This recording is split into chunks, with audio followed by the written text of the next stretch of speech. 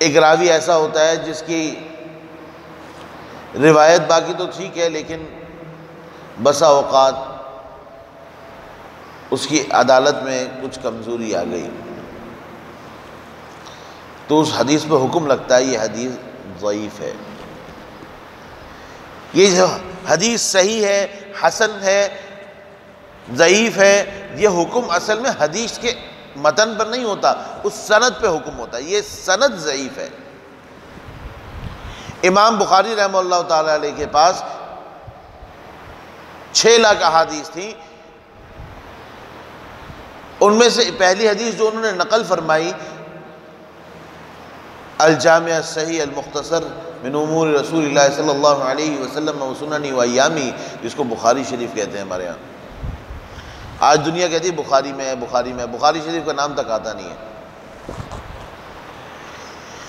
پہلی حدیث ذکر فرما رہے ہیں انما الاعمال بالنیات، یہ امام بخاری رحمہ اللہ کے پاس 600 طریقوں سے آئی ہے۔ 600 طریقوں کا کیا مطلب ہے؟ بھئی امام بخاری رحمہ اللہ نے ایک استاد سے پڑھی، اس نے کسی اور استاد سے پڑھی، اس نے کسی اور استاد سے پڑھی۔ جب استاد بدل جاتا ہے، اس پوری سند میں ایک شخص، ایک راوی بھی بدل جائے تو یہ ایک الگ حدیث ہے، اس کی الگ سند ہے۔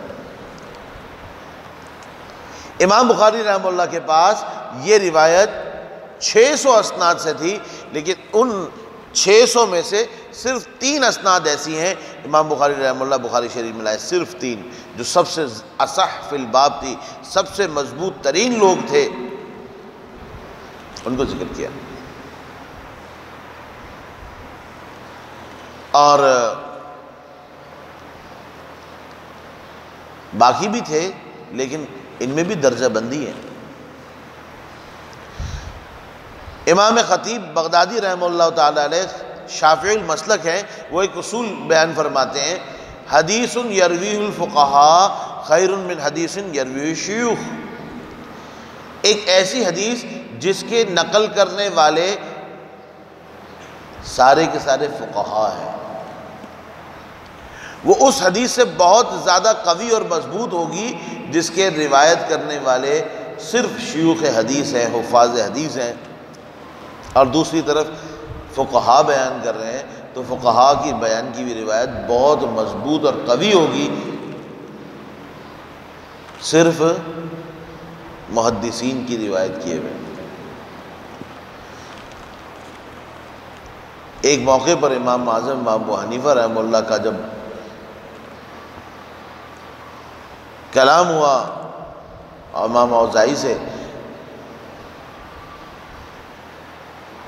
اور وہ آگے اعمش سے نقل کر رہے تھے، امام صاحب رحمہ اللہ نے فرمایا کہ میں جو تمہیں حدیث بیان کر رہا ہوں یہ سارے فقہاء ہیں، اور جو آپ بیان کر رہے ہیں وہ تو سارے محدثین ہیں۔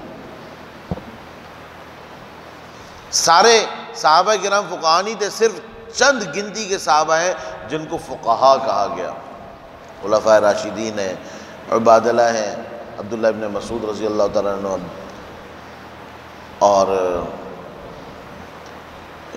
ام المومنین عائشہ رضی اللہ تعالیٰ عنہ، اور یہ چند صحابہ ہیں جن کو کہا گیا یہ صحابہ بھی ہیں اور فقہاء بھی ہیں۔ چند صحابہ ہیں جو محدثین ہیں جنہوں نے بہت سی احادیث بیان کی، سب نے نہیں کی۔ صحابی تو ہر شخص وہ ہے جس نے ایمان کی حالت میں رسول اللہ صلی اللہ علیہ وسلم کی زیارت کی اور اسی ایمان پر خاتمہ ہوا، وہ صحابی ہے۔ تِلْكَ الرُّسُلُ فَضَّلْنَا بَعْضَهُمْ عَلَى بَعْضٍ، پیغمبروں میں بھی اللہ رب العزت نے بعض کو بعض پہ فضیلت دی ہے۔ تو میں نے عرض کیا ابتدائی اسلام میں سورہ فاتحہ پر بہت زور دیا گیا، سب کو پڑھنے کا حکم دیا گیا۔ اللہ اکبر کبیرہ۔ اور مبسوط سرخسی جلد 9 صفحہ 129 کے اوپر جو ہے تفصیل کے ساتھ یہ مسئلہ ذکر ہے، اور فرمایا کہ قراءت خلف الامام پھر بعد میں منع کی گئی۔ اور جابر ابن عبداللہ رضی اللہ تعالیٰ عنہ سے بھی ایک روایت موجود ہے جس کے اندر آتا ہے کہ سورہ فاتحہ پڑھو الا ان یکون وراء الامام، مگر یہ کہ امام کے پیچھے ہو تو نہ پڑھو۔ قرآن کریم میں اس مسئلے کے بارے میں حکم دیا گیا وَإِذَا قُرِئَ الْقُرْآنُ فَاسْتَمِعُوا لَهُ وَأَنصِتُوا۔ عبداللہ ابن عباس رضی اللہ تعالیٰ عنہ فرماتے ہیں یہ آیت قرآن کریم کے اندر نماز کے بارے میں نازل ہوئی۔ اللہ تعالیٰ فرماتے ہیں جب بھی تلاوت کی جا رہی ہو، جب بھی تلاوت کی جا رہی ہو فَاسْتَمِعُوا لَهُ، تو اس کو سنو، وَأَنصِتُوا، اور خاموش رہو۔ اب سوال یہ ہے کہ اللہ تعالیٰ فرما رہے ہیں قرآن کریم میں کہ جب تلاوت کی جا رہی ہے تو کیا کرو؟ فَاسْتَمِعُوا لَهُ، اس کو سنو، ایک کام، اور دوسرا خاموش رہو، دوسرا کام۔ اب اگر امام صاحب تلاوت کر رہے ہیں اور پیچھے مقتدی بھی تلاوت کر رہا ہے تو یہ انصتو تو نہیں ہے، خاموش تو نہیں ہے، یہ بھی تو پڑھ رہا۔ امام اعظم ابو حنیفہ رحمہ اللہ فرماتے ہیں وہ روایات جن کے اندر پڑھنے کا ذکر ہے اور وہ روایات جن میں نہیں پڑھنے کا ذکر ہے، قرآن کریم سے زیادہ مطابقت وہ روایات رکھتی ہیں جو کہنی ہے پیچھے تلاوت نہ کرو، کیونکہ قرآن کریم میں تو آتا ہے خاموشی سے سنو، فَاسْتَمِعُوا لَهُ وَأَنصِتُوا۔ اور دوسرا نبی کریم صلی اللہ علیہ وسلم فرماتے ہیں من کان لہ امام فقراۃ الامام لہ قراۃ، او کما قال نبی صلی اللہ علیہ وسلم۔ اور اس روایت کے راوی ہیں عبداللہ ابن مسعود رضی اللہ تعالیٰ عنہ۔ عبداللہ ابن مسعود رضی اللہ تعالیٰ عنہ وہ صحابی ہیں صاحب الوسادۃ والسواک والنعلین، جو آپ صلی اللہ علیہ وسلم کی مسواک اٹھانے والے، جوتے اٹھانے والے ہیں۔ آپ کا تکیہ ان کے پاس ہوتا تھا، اور بڑے مضبوط اور راسخ العلم تھے، ان کا ذکر پہلے ہو چکا۔ اور اس کے بارے میں مزید بڑا کلام ہے، موافقین و مخالفین کی طرف سے بڑے دلائل ہیں۔ یہ موضوع و موقع نہیں ہے فاتح خلف الامام پر کلام کرنے کا۔ شوافی کی بھی بہت سے دلائل ہیں، احناف کے اس کے بھی دلائل ہیں، جوابات ہیں، اور قرات خلف الامام پر بہت سی کتابیں لکھی گئی ہیں جن کا مطالعہ اس موضوع کے لیے اگر کوئی چاہے تو کر سکتا ہے۔ آسان اردو کے اندر حضرت محمد سرفراز خان صاحب صفدر رحمہ اللہ کی قرات خلف الامام پر سب سے اچھی اور سیر حاصل آسان سمجھ میں آنے والی کتاب ہے، اس کا مطالعہ کر لیا جائے۔ اللہ اکبر کبیرہ۔ تیسری بات سورہ فاتحہ سے متعلق یہ تھی کہ سورہ فاتحہ اللہ رب العزت نے تعیین مسلک کے لیے، تسدید مشرب کے لیے بھیجی ہے۔ کل آخر میں اس پہ تھوڑا سا کلام ہوا تھا کہ اللہ رب العزت نے دوست اور دشمن کی پہچان کرائی مسلمان کو۔ مسلمان کو بتایا کہ تمہارے کچھ دوست ہیں، کچھ دشمن ہیں۔ دنیا میں رہو گے تو کن کا طریقہ اختیار کرنا اور کن کا نہیں۔ جب انسان جنگل میں جاتا ہے اور جنگل کے قریب زندگی بسر کر رہا ہوتا ہے تو اس کو اندازہ ہوتا ہے کہ کون کون سے جانور میرے لیے خطرناک اور موذی ہیں اور کون سے نہیں ہیں۔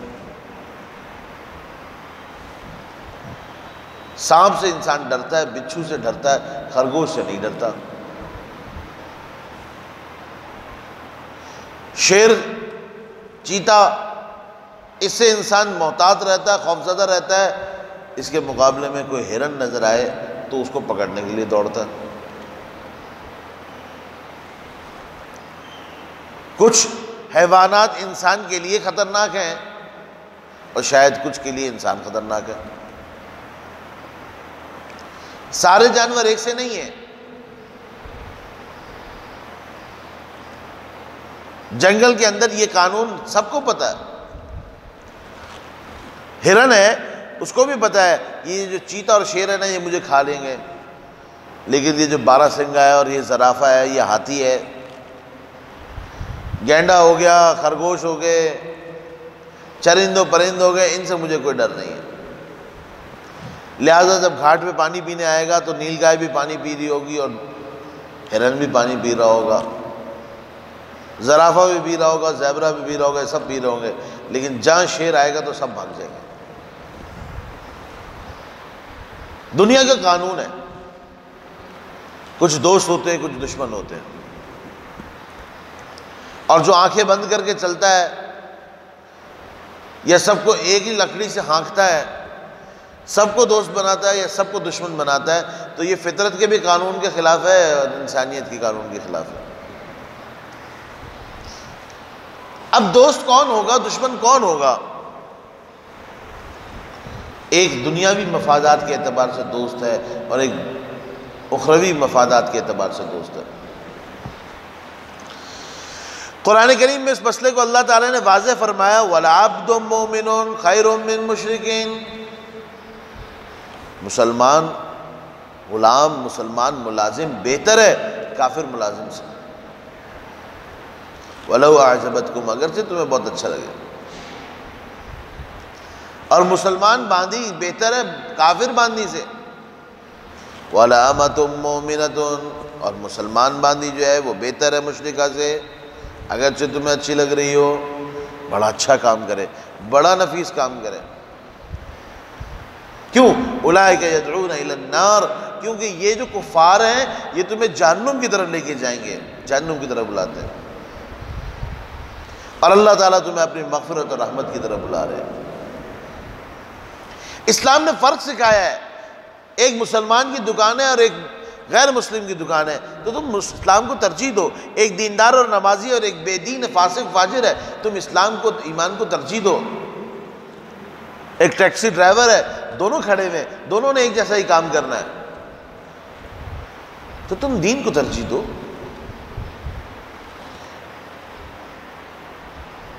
تم نے ایک ہی چیز لینی ہے، مثال کے طور پہ 1 کلو آٹا لینا ہے، آٹا اس کے بعد بھی اسی کمپنی کا آ رہا ہے، اس کے بعد بھی اسی کمپنی سے آ رہا ہے، تو تم کوشش کرو کسی مسلمان کو ترجیح دو. یہ اللہ رب العزت فرماتے ہیں. ایک صحیح العقیدہ اور ایک غلط ہے، تو صحیح العقیدہ والے کو ترجیح دینی ہوگی.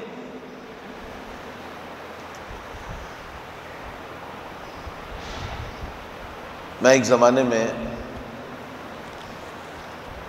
دبئی میں ایک شخص سے بات کر رہا تھا، تو اس نے بتایا کہ وہاں پر ایک بہت بڑا پورٹ ہے، جبل علی پورٹ.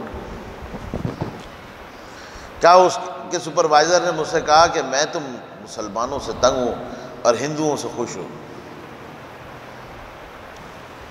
وہ عرب تھا.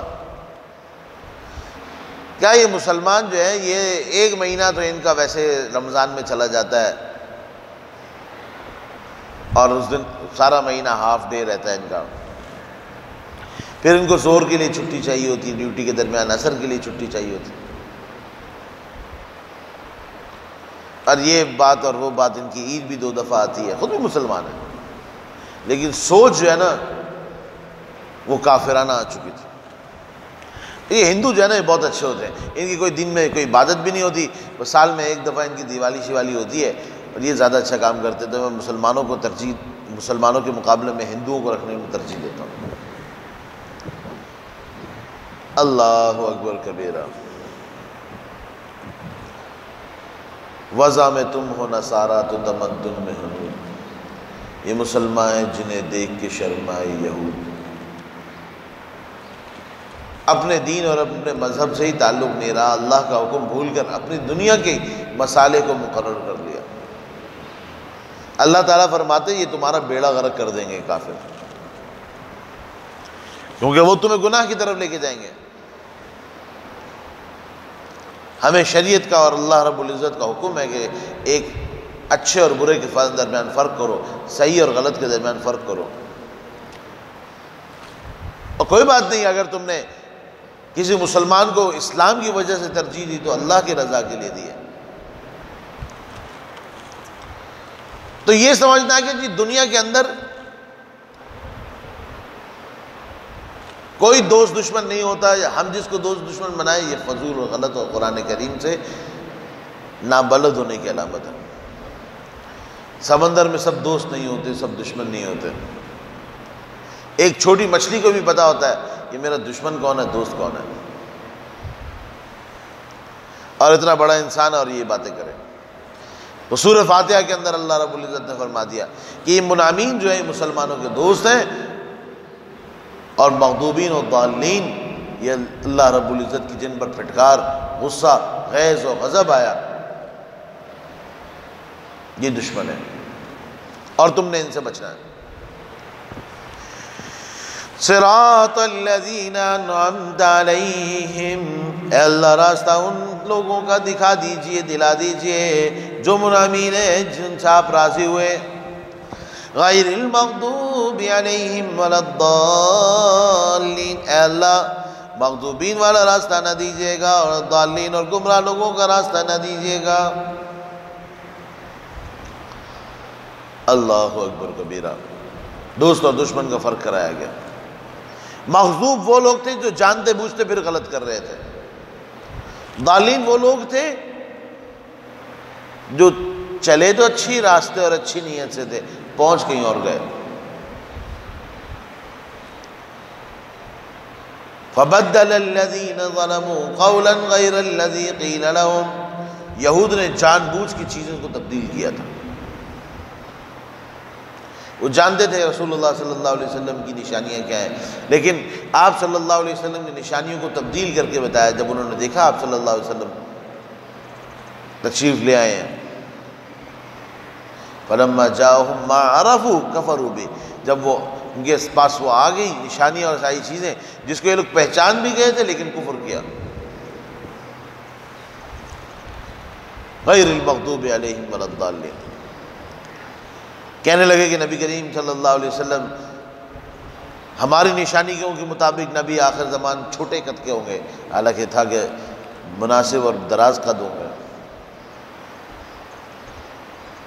اصل نشانیوں میں لکھا تھا کہ آپ کے بال سیدھے اور ہلکے سے خمدار ہوں گے، انہوں نے کہا نہیں بہت گھنگریالے بال ہوں گے۔ جو نشانیاں تھی تبدیل کر کے اپنی عوام کو گمراہ کیا تاکہ اپنی دکانداری ختم نہ ہو جائے۔ اور نصارہ وہ لوگ تھے جو اپنے آپ کو صحیح سمجھتے رہے، اور وہ پولوس کے بعد اور پھر مختلف لوگوں کے ہاتھوں سے ہوتے ہوئے صحیح راستے سے بھٹک کر غلط راستے کی طرف چلے گئے، جنہوں نے عمل بھی کیا لیکن ہاتھ میں کچھ نہیں آیا۔ هل أتاك حدیث الغاشیہ، کیا آئی آپ کے پاس خبر ڈھانکنے والوں کی؟ وجوہ یومئذ خاشعہ، کچھ چہرے اس دن بہت ڈرے ہوئے ہوں گے۔ عاملۃ ناصبہ، عاملۃ کام کرنے والے ہوں گے، سوائے تھکاوٹ کے کچھ نہیں ملا ہوگا۔ کام کیا انہوں نے، شریعت کے مطابق نہیں کیا۔ شریعت کی ہر عبادت کم کیف عین کے اعتبار سے متعین ہوتی ہے۔ ہماری نماز فجر کی متعین ہے، کتنی ہیں گی؟ 2 رکعت ہوگی، نہ زیادہ نہ کم۔ کیسے پڑھی جائیں گی؟ بھائی اس کا وقت ہے، اس وقت سے اس وقت کے درمیان پڑھی جائے گی۔ کیا طریقہ ہوگا پڑھنے کا؟ سب بتایا گیا۔ اسلام میں درود شریف کیسے پڑھایا گیا؟ اسلام میں درود شریف پڑھایا گیا، بالکل۔ کب پڑھایا گیا؟ ہر نماز کے آخر میں پڑھایا گیا۔ کھڑے ہو کے پڑھایا گیا کہ بیٹھ کے پڑھایا گیا؟ درود شریف نماز میں ہم کہاں پڑھتے ہیں؟ کھڑے ہو کے کہ بیٹھ کے؟ نہیں، بیٹھ کے پڑھنے کا حکم دیا گیا شریف میں۔ امام صاحب تکبیر تو زور سے کہتے ہیں، تلاوت زور سے کرتے ہیں، درود شریف بھی زور سے پڑھتے ہیں؟ نہیں، وہ آہستہ پڑھتے ہیں۔ درود شریف آہستہ پڑھنے کا حکم دیا گیا۔ سب مل کے پڑھیں کہ الگ الگ پڑھیں؟ نہیں، ہر کسی کو اپنا اپنا الگ پڑھنے کا حکم دیا گیا۔ یہ درود شریف کا پڑھنے کا طریقہ اسلام نے ہمیں سکھایا۔ اب ہم تبدیل کر دیں، بجائے بیٹھ کے کھڑے ہو کے پڑھیں، بجائے آہستہ زور سے پڑھیں، بجائے انفرادی کے جیسے نماز میں پڑھایا گیا سب مل کے پڑھیں، تو یہ شریعت کا طریقہ نہیں ہے۔ نہ رسول اللہ صلی اللہ علیہ وسلم نے ایسا فرمایا، نہ صحابہ کرام رضوان اللہ علیہم اجمعین نے ایسا کیا، نہ تابعین نے کیا۔ یہ غلط ہو رہا ہے، خلاف شرع۔ شریعت کہتے ہیں آرام سے بیٹھ کر ادب کے ساتھ قبلہ رو باوضو ہو کر متوجہ ہو کر آہستگی کے ساتھ درود شریف پڑھو، یہ طریقہ بتایا۔ عمل کیا ہو رہا ہے؟ عمل خلاف ہو رہا ہے۔ آپ صلی اللہ علیہ وسلم کے پاس صحابہ کرام آئے، وہ عربی دان تھے، پیدائشی عرب تھے، فصیح و بلیغ تھے۔ اے اللہ کے رسول، ہمیں اللہ رب العزت نے حکم دیا کہ آپ کے اوپر درود شریف پڑھیں۔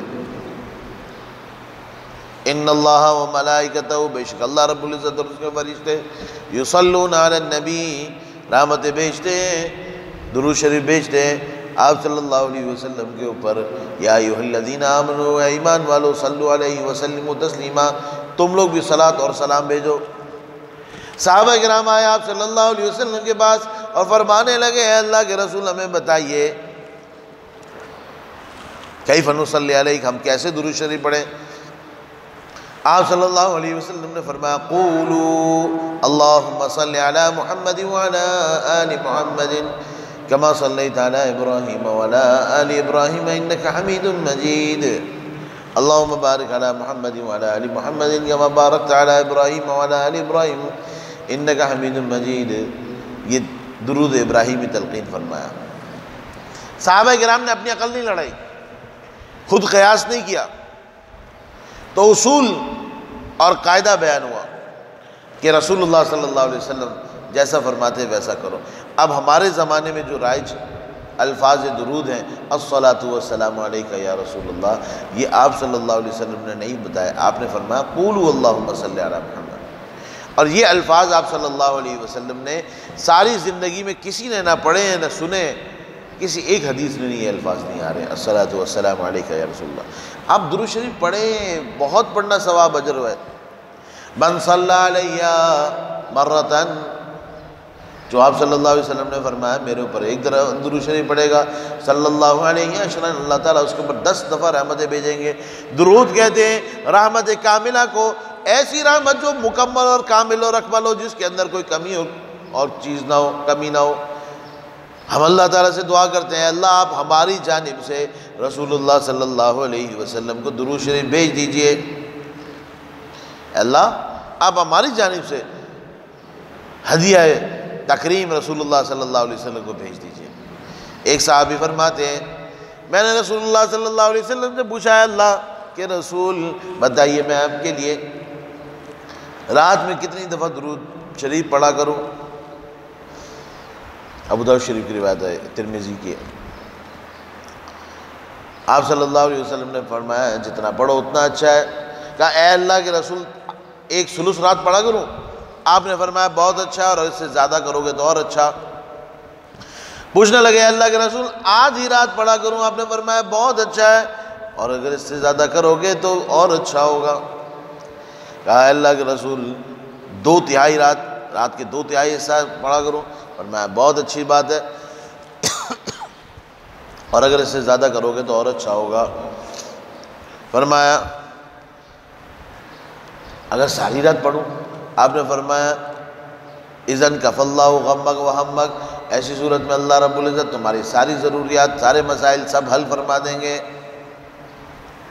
پھر تو تمہارے سارے کام بن جائیں گے۔ درود شریف تو اعلیٰ عبادات میں سے، اس کا کون انکار کر رہا ہے؟ الفاظ پر اختلاف ہے کہ یہ الفاظ کہیں نہیں ہے، درود شریف آپ صلی اللہ علیہ وسلم جو فرماتے ہیں اسی پہ آ جاؤ۔ قل تعالوا الى کلمۃ سواء بیننا وبینکم، آپ فرمائیے اس بات پر کہ آ جاؤ جو ہمارے اور تمہارے درمیان متفق ہے، اللہ نعبد الا اللہ، کہ ہم ہرگز اللہ کے علاوہ کسی کی عبادت نہیں کریں گے، ولا نشرک بہ شیئا، اللہ کے ساتھ کسی کو شریک نہیں کریں گے۔ تو احادیث میں اور آپ صلی اللہ علیہ وسلم کے بتائے ہوئے درود پر کسی کو کوئی اختلاف نہیں ہے۔ آ جاؤ اس درود شریف کے اوپر وہی درود شریف پڑھیں گے جو رسول اللہ صلی اللہ علیہ وسلم نے تعلیم فرمایا۔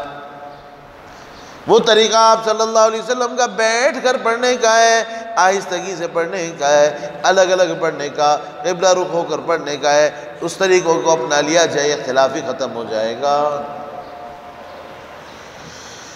اور اگر شریعت کے خلاف ہوگا تو پھر ظاہری بات ہے۔ تو پتہ یہ چلا کہ شریعت کے اندر اتباع ہے، ابتداء نہیں ہے، اپنی طرف سے بات ڈالنا نہیں ہے۔ دین میں ہم اپنی طرف سے بات نہیں ڈال سکتے۔ ایک صاحب نے اپنے فتاویٰ میں لکھا ہے کہ رسول اللہ صلی اللہ علیہ وسلم نے ہمیں قیامت تک دین میں نئی نئی بات ڈالنے کی اجازت دی ہے۔ نعوذ باللہ من ذالک۔ کون ڈال سکتا دین میں کوئی بات؟ الیوم اکملت لکم دینکم، آج کے دن مکمل کر دیا تمہارے اوپر تمہارا دین، واتممت علیکم نعمتی، اور مکمل کر دی تمہارے اوپر نعمتیں، ورضیت لکم الاسلام دینا، میں راضی ہو گیا اس بات سے کہ تمہارا دین اسلام ہوگا۔ ہمارا دین تو الحمدللہ کامل اور اکمل مکمل ہے، ہمیں کسی اضافے کی ضرورت نہیں ہے۔ کسی وقت موقع ملا تو بدعت کے اوپر کلام مزید کریں گے انشاءاللہ۔ تو اسلام میں دوست اور دشمن کا فرق سکھایا گیا، بتایا گیا، یہ تمہارے دوست ہے، یہ دشمن ہے، یہ صحیح راستہ ہے، یہ غلط راستہ ہے۔ اہدنا الصراط المستقیم، فرمایا گیا اللہ ہمیں سیدھے راستے کی ہدایت نصیب فرما دیجئے۔ صراط الذین انعمت علیہم، اللہ راستہ ان لوگوں کا جو منعمین ہے، غیر المغضوب علیہم ولا الضالین، اے اللہ مغضوبین و ضالین کا راستہ نہ دیجیے گا۔ مغضوبین کون ہوتے ہیں؟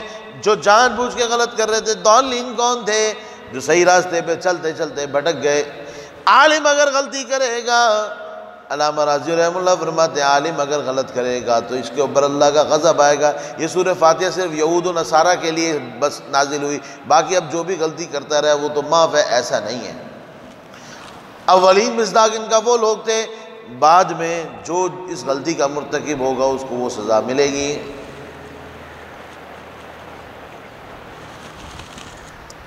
قرآن کریم قیامت تک کے لیے اترا ہے، تو اگر کوئی جانتے بوجھتے ہوئے کوئی طالب علم گناہ کر رہا ہے، کوئی علم جاننے والا غلط کر رہا ہے، تو اس پر اللہ کا غضب آئے گا۔ ہاں، ایک جاننے والا غلط کام کر رہا ہے اور ایک نہیں جانتا وہ کر رہا ہے، دونوں میں فرق ہے۔ ایک کو پتہ ہے مجھے یہ نہیں کرنا، ایک کو پتہ ہی نہیں کرنا چاہیے کہ نہیں کرنا چاہیے، تو دونوں کے حکم میں بھی فرق لگے گا۔ جو جان بوجھ کے غلط کرے گا یہ مغضوب ہوگا، اللہ کا غصہ آئے گا، تو جانتا تھا یہ نہیں کرنا۔ اور ایک جاہل کرے گا، اس پر بھی ناراضگی ہوگی، وہ کوئی معاف نہیں ہوگا، لیکن اس پر غصہ اور غضب دوسری طرح کا ہوگا کہ تو نے سیکھا کیوں نہیں۔ لہذا قبر میں پٹائی ہوگی مردے کی، اور کہا جائے گا نہ تو خود سیکھ سکا، نہ تو نے کسی سکھائے ہوئے کی بات مانی۔ لا تریت ولا دریت، اور شریعت میں ہمیں حکم ہے فاسألوا اہل الذکر ان کنتم لا تعلمون، اگر تمہیں معلوم نہیں ہے تو جا کے علماء سے پوچھ لو۔ یا تو کوئی شخص اتنا علم اور ذکاوت رکھتا ہو کہ قرآن و سنت سے خود استدلال کر سکے، اجتہاد کر سکے، تو ٹھیک ہے خود اجتہاد کرے، خود مسائل کے استخراج کرے، اور نہیں کر سکتے تو جن لوگوں نے، جن ائمہ نے استخراج کیا ان کی بات مان کر چلے گا۔ تو پہلی بات تو یہ سمجھ میں آئی کہ غضب ان کے لیے ہے کہ جنہوں نے جان بوجھ کے غلط کیا، مسئلہ پتہ تھا پھر بھی غلط عمل کیا۔ اللہ اکبر کبیرہ، بڑا مشکل کام۔ اور قیامت میں سوال ہوگا وَعَنْ عِلْمٍ مَاذَا عُمِلَ بِهِ، اور علم کے بارے میں سوال ہوگا، اس کے اوپر کیا عمل کیا۔ اللہ اکبر کبیرہ۔ الضالین وہ لوگ ہیں جنہوں نے سیکھا ہی نہیں، جو چلتے چلتے بھٹک گئے، گمراہ ہو گئے۔ اللہ رب العزت ہمیں ان دونوں قسم کے لوگوں سے محفوظ فرمائے۔ تو یہ کچھ بقیہ کلام تھا سورہ فاتحہ کا جو ہو گیا۔ اب اگلی صورت ہے سورہ بقرہ۔ بسم اللہ الرحمن الرحیم، الف لام میم، ذالک الکتاب لا ریب فیہ ھدی للمتقین الذین یؤمنون بالغیب ویقیمون الصلاة ومما رزقناہم ینفقون۔ سورہ بقرہ مدنی سورت ہے، ترتیب میں دوسرے نمبر پہ اور نزول میں 86 نمبر پر ہے، اور بعض حضرات کے نزدیک نزول میں 87 نمبر پہ ہے، راجح قول 87 کا ہے۔ اس سے پہلے 85 یا 86، زیادہ راجح قول 86 کا ہے، ایک قول 85 کا بھی ہے۔ 85 صورتیں یا 86 صورتیں مکی ہیں اور باقی صورتیں مدنی ہیں۔ اول ما نزل فی المدینہ المنورہ، مدینہ منورہ پہنچ کر جو سب سے پہلی صورت نازل ہونا شروع ہوئی وہ سورہ بقرہ ہے۔